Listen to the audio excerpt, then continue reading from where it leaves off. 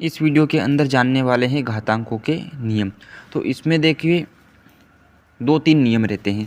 पहला है यदि गुणे में आधार समान है तो घात के साथ क्या होता है, यदि भाग में आधार समान है तो घात के साथ क्या होता है, या फिर गुणे में घात समान है लेकिन आधार अलग अलग है तो नियम क्या रहता है। तो जान लेते हैं। अगर आधार समान हो, जैसे ए गुणा ए, आधार समान है लेकिन घातें अलग अलग है, इसकी घात m इसकी घात n, तो अगर गुणे में आधार समान है तो घातें जुड़ जाती है, यानी कि a की पावर m प्लस n हो जाएगा।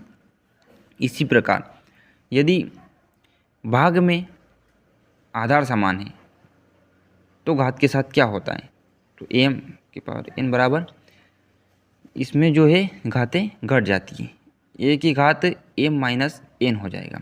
इसी प्रकार यदि अगर घात समान है लेकिन आधार अलग अलग है और वो भी गुणे में, जैसे a गुणा b लेकिन घात समान है, दोनों की घात m है, तो क्या होगा, आधार का आपस में गुणा हो जाता है और घात जो है कॉमन आ जाती है। अब ये जो है इसके स्थान पे कोई अंक भी हो सकता है। जैसे एक उदाहरण के लिए मानते हैं a बराबर अपन 2 मान लेते हैं, m के स्थान पे 2 मान लेते हैं, n के स्थान पे 3 मान लेते हैं, ये माना कि, तो क्या होगा, अगर आधार समान है तो गुणे में क्या होता है, तो 2 की पावर 2 प्लस 3 बराबर 2 की घात 5। आधार समान है तो गुणे में घातें जुड़ जाती है।